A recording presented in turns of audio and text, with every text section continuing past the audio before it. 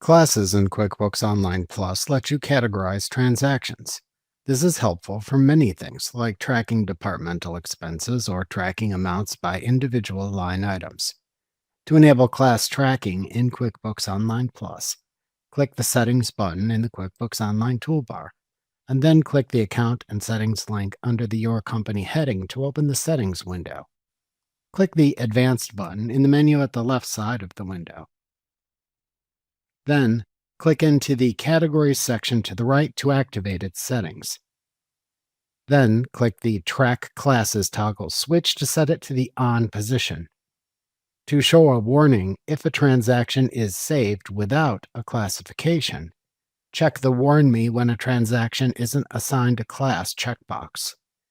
To choose how to assign classes in transactions, use the Assign Classes dropdown to select either the One to Each Row in Transaction or One to Entire Transaction choice. To classify line items, select the One to Each Row in Transaction choice. To classify an entire transaction, instead select the One to Entire Transaction choice. To save your changes, click the Save button in this section. Then, click the X button in the upper right corner of the Settings window to close it. To manage the classes in QuickBooks Online Plus, click the Settings button in the QuickBooks Online toolbar, and then click the All Lists link under the Lists heading in the menu that appears to open the Lists page. Click the Classes link in the Lists page to open the Classes list page.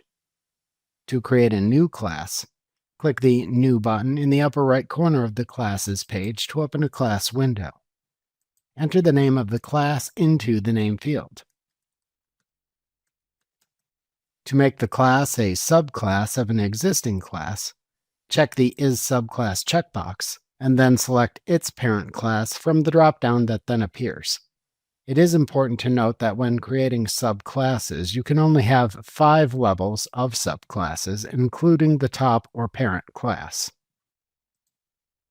To save the new class, click the Save button. To run a class quick report on a class in the Classes list, click the Run Report link under the Action column in the Desired Classes row.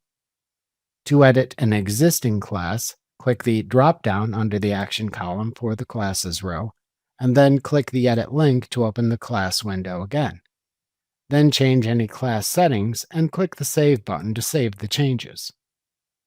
To inactivate a class, which reduces your usage, click the drop-down under the Action column for the Classes row, and then click the Make Inactive Reduces Usage link.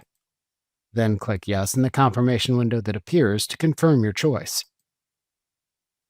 To reactivate an inactivated class if needed, click the Settings button in the upper right corner of the Classes list, and then check the Include Inactive checkbox in the drop-down menu that appears.